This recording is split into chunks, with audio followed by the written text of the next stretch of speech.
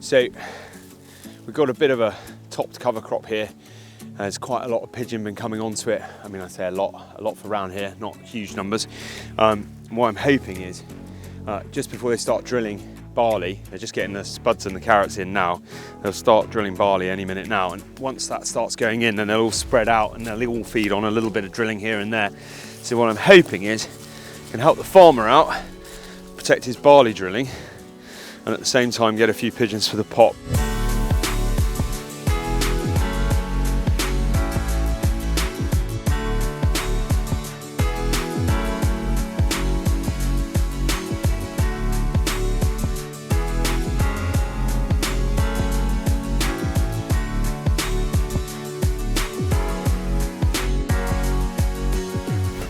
Right, very quick intro because I can see pigeons coming and landing out in the field behind where the decoys are, so I want to get on with it. We're trying to get a few pigeons, so I've built a very quick rough and ready hide in the hedgerow, chucked a few decoys and a rotary out, try and get some. My plan is for a pigeon tandoori skewer with a kind of naan bread style wrap and some yoghurt dressing. That's what I want to eat anyway. That is reliant upon me shooting some pigeons, which is reliant upon them coming in. We've got quite a strong wind, which is good. It's bad for the hide, but it's good for the pigeons. You never know your luck. We might get a few. And if not, well, you don't always shoot something, do you?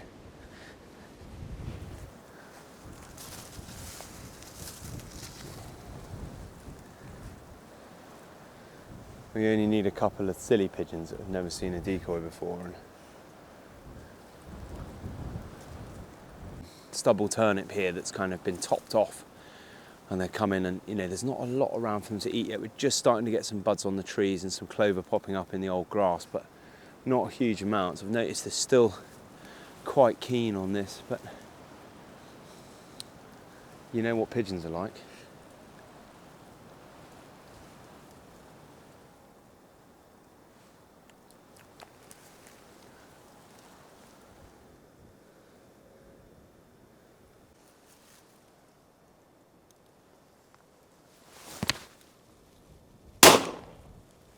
Oh, you're joking. I thought that was coming down. They've landed out in the field.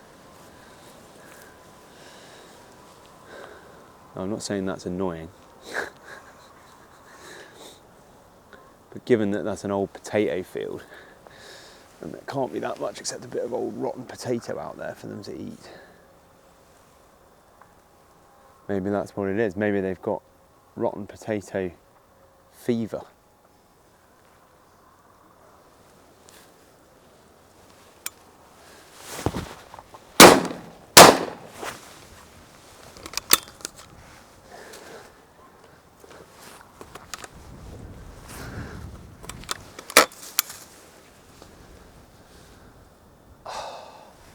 Well, I think that was the best chance for pigeon we've had all day. Unfortunately, it was me shooting. I managed to miss it.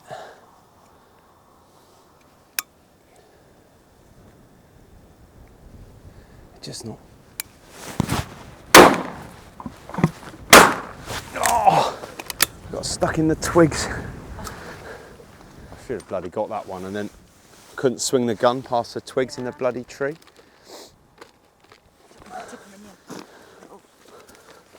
Thanks, love. That's pigeon shooting, isn't it? Nothing happens for 15 minutes and then you f*** it up 3 times in a row. Oh, I mean, you get it wrong 3 times in a row. No, they're just flying past now for a laugh. They're like, come and have a look at madams.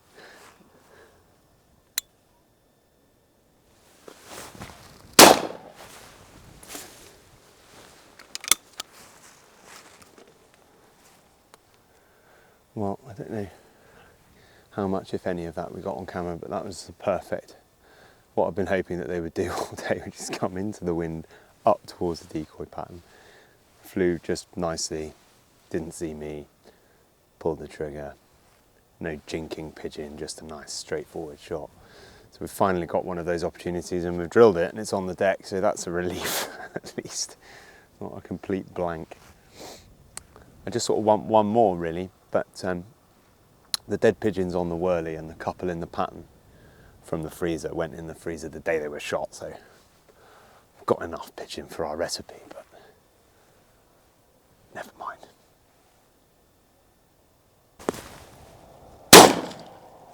That's another one.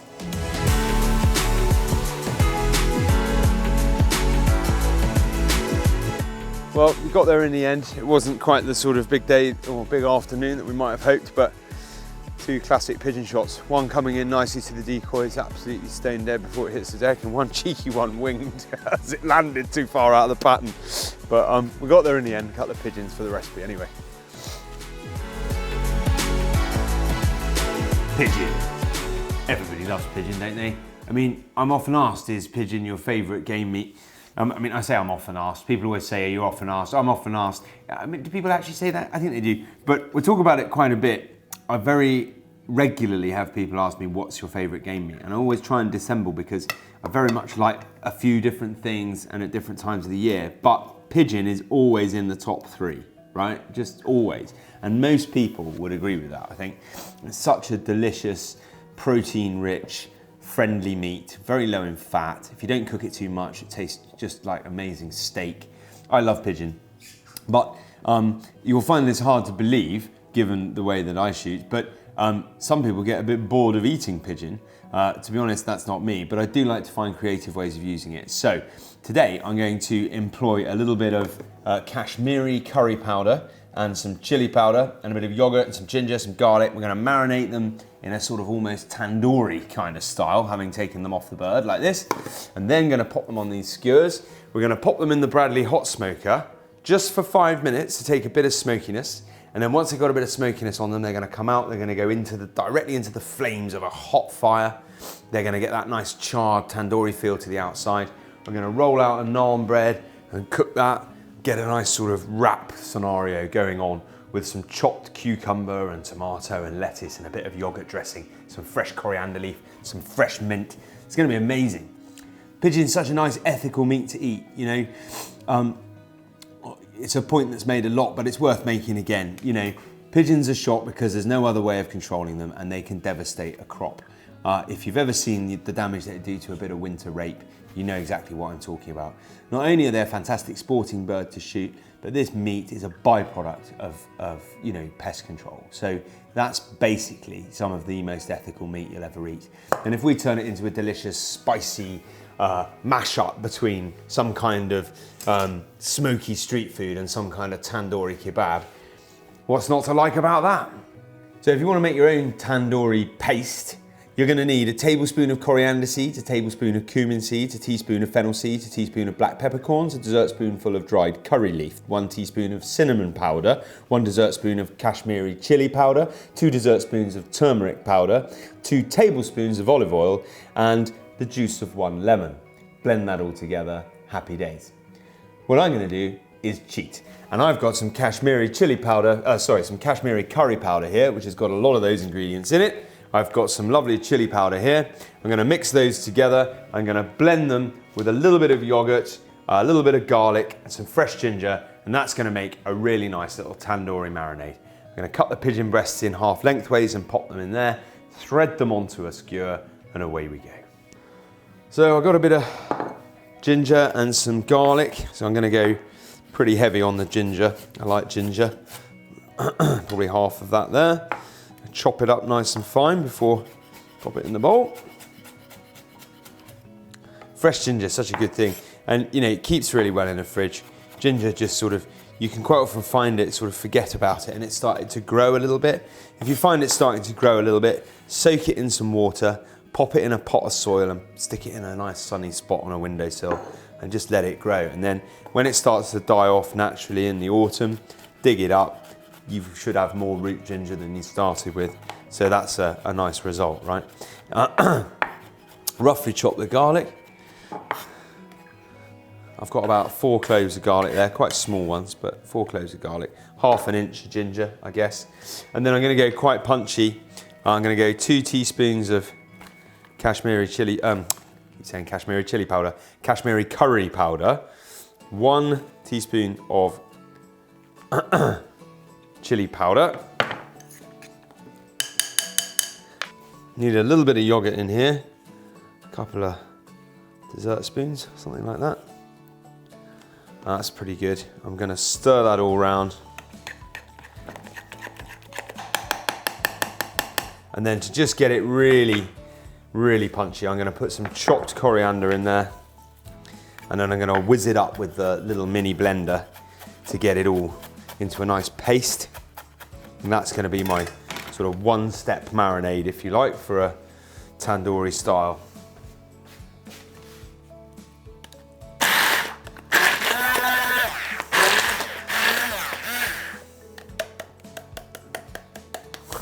Try not to splash it all over yourself. If you get it in your eye, it's gonna hurt. Luckily, I've got my special eye protection on, so I'm okay. Although, the way I was shooting pigeons, maybe I should get my eye protection checked. So we're breaking some of the fundamental rules of using a smoker here, because we're not really gonna cure this pigeon at all. I'm just gonna marinate it, stick it on skewers, pop it straight in the hot smoker. But the smoke, although it's not gonna sort of penetrate inside the meat, it's gonna give us a really nice layer of flavor. And then when we add, or sort of seal that in, if you like, with the direct flame charring afterwards, we're gonna end up with something that's really quite special, but isn't a really long drawn out process. I'm very aware that quite often I'm asking you to brine a rabbit and cold smoke it for 3 days or whatever it is. And sometimes we don't need to take all that time with the smoking. You know, we can introduce that element of smoke without having to take a long sort of process to do it. And it's just sort of nicer than leaving it out altogether. Just becomes a slightly different tool in the culinary toolbox. Anyway, I've got my my little skewers here. Later on, we can put me inside a straw box, and you can try shoving them in and seeing if I can avoid them. It'll be like a conjurer's trick. Please don't do that at home. Once I've got these pigeon breasts, they're really nice and firm. They've only had a day to sort of hang. There's no trickery going on here. They haven't been there sneakily for hours and hours. I'm just going to cut them lengthways through the middle. It's going to give me a nice sized piece of meat. Also make them cook nice and evenly. I'm going to pop them on here. I'm going to get a little bit of marinade. Just swizzle that on there. There's no way to do this without getting your fingers a bit dirty, so I'm going to get in there with my fingers and just get that on there. We don't need loads and loads and loads. As long as it's nicely coated, that'll do perfectly. Just go and wash my hands. I'm just going to put a tiny little bit of olive oil on my skewers. That'll come, you know, that'll help us later on, come in handy later on when we come to taking them off the skewer. And the most important thing when you're doing this is not to jam the skewer into your hand, which is quite easy to do. So, you know, do take a little bit of time. I'm just going to push this through the meat like that. And on the other one.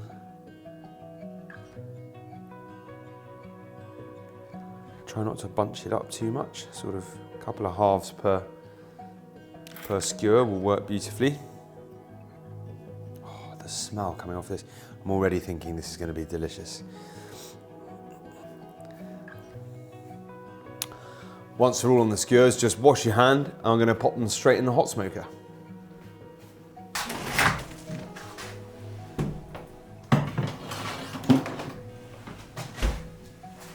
See, just while my kebabs are in the hot smoker, taking a little bit of flavour, I've got a little bit of fermented bread dough here, just, you know, slightly more hydrated perhaps than most people, but normal bread dough effectively. I'm going to pop it there, just move this out of the way. And then, rather than using a rolling pin, as you might do if you were sort of making a flatbread, I'm going to sort of use oily fingers to sort of really spread the dough out.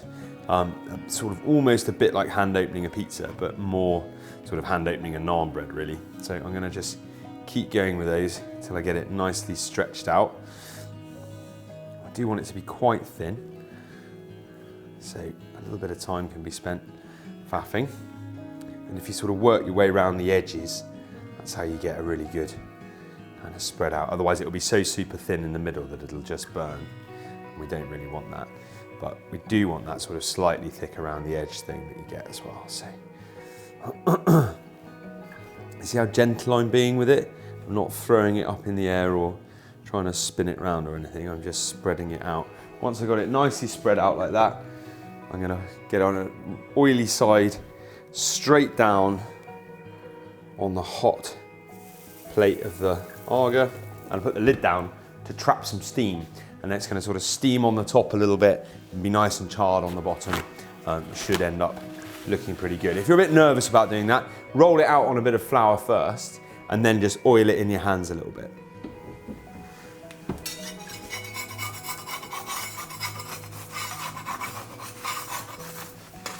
Just flip it over, give it a quick char on the other side.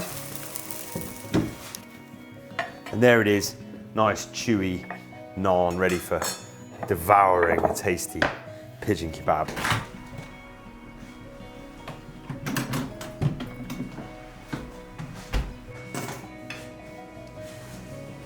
So I've got my marinated, quickly hot smoked pigeon skewers here. They're ready to finish on a raging inferno in the garden in just a minute. I've got my naan breads ready. There's 3 jobs left. I'm gonna make a little bit of chopped garnish, which I'll show you is just basically exactly that. Bit of chopped cucumber, chopped lettuce, chopped tomato, all mixed together in a bowl with some fresh mint and some fresh coriander.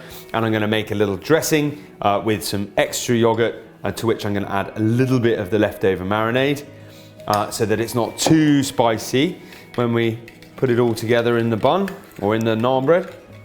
And then the most important job of all, make a tasty whiskey-based cocktail to go with it, using the delicious Lower East Side whiskey from the Borders Distillery. So, chopped garnish, super simple, super straightforward. A couple of bits of cucumber.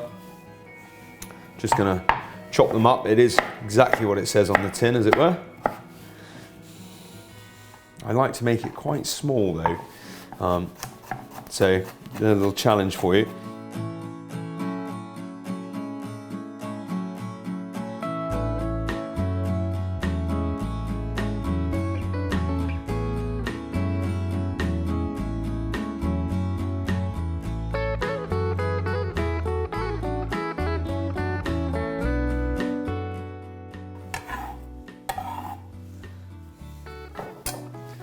Lovely. So I've got a little bit of chopped garnish there ready with a spoon to go in. A little bit of that marinade mixed with some more natural yogurt so that it's not too spicy. Flatbreads or naan breads, if you like, they're all there ready. Tidy that away. Now over here, I've got a bit of rhubarb that I've slowly cooked.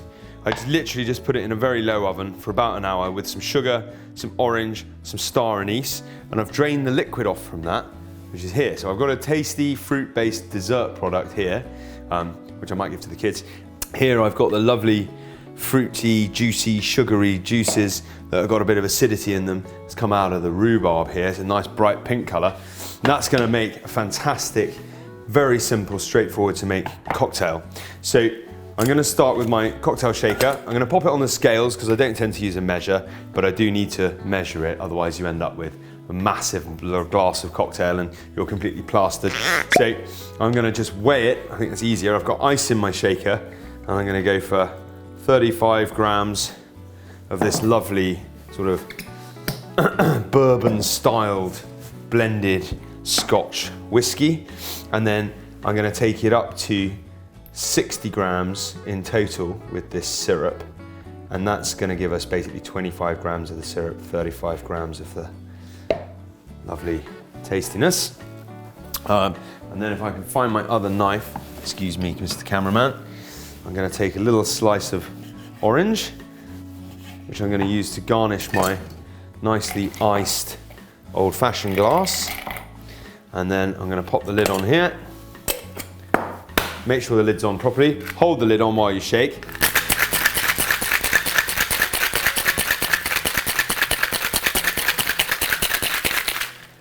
That makes it nice and cold. Take the lid off, strain it through there, into there.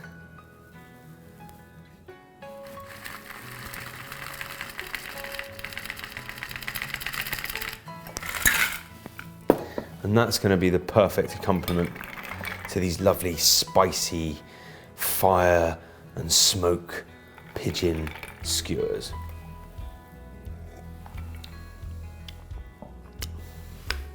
Or if you're on a diet, you could just have the drink.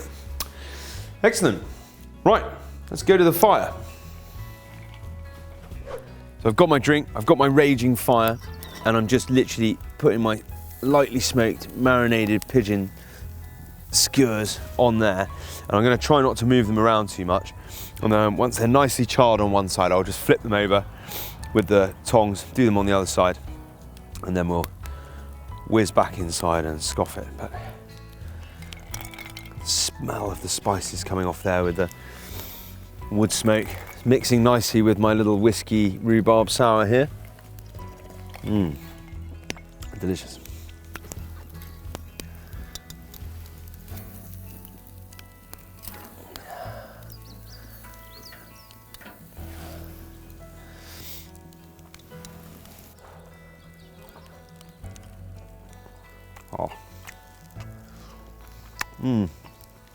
Smoky, spicy, pigeony, charcoaly, got a bit of heat to it. Absolutely delicious. I'm not going to give them much longer.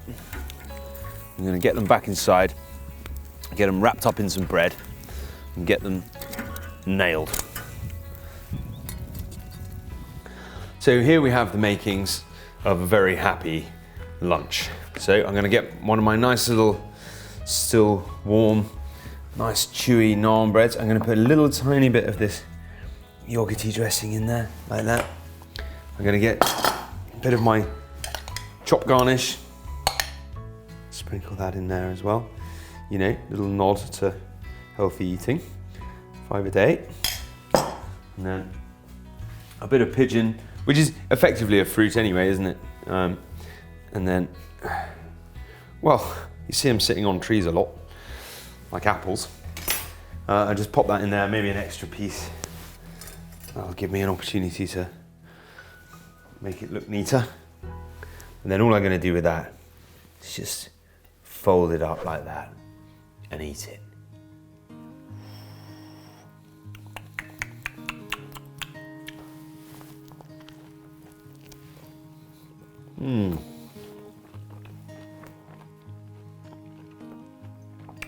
Oh.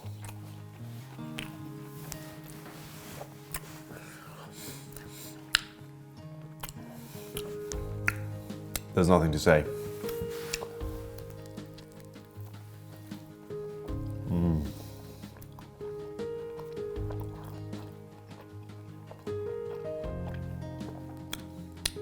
I think, although this tastes absolutely delicious in its own right, knowing that you've shot it yourself makes it taste just that little bit better.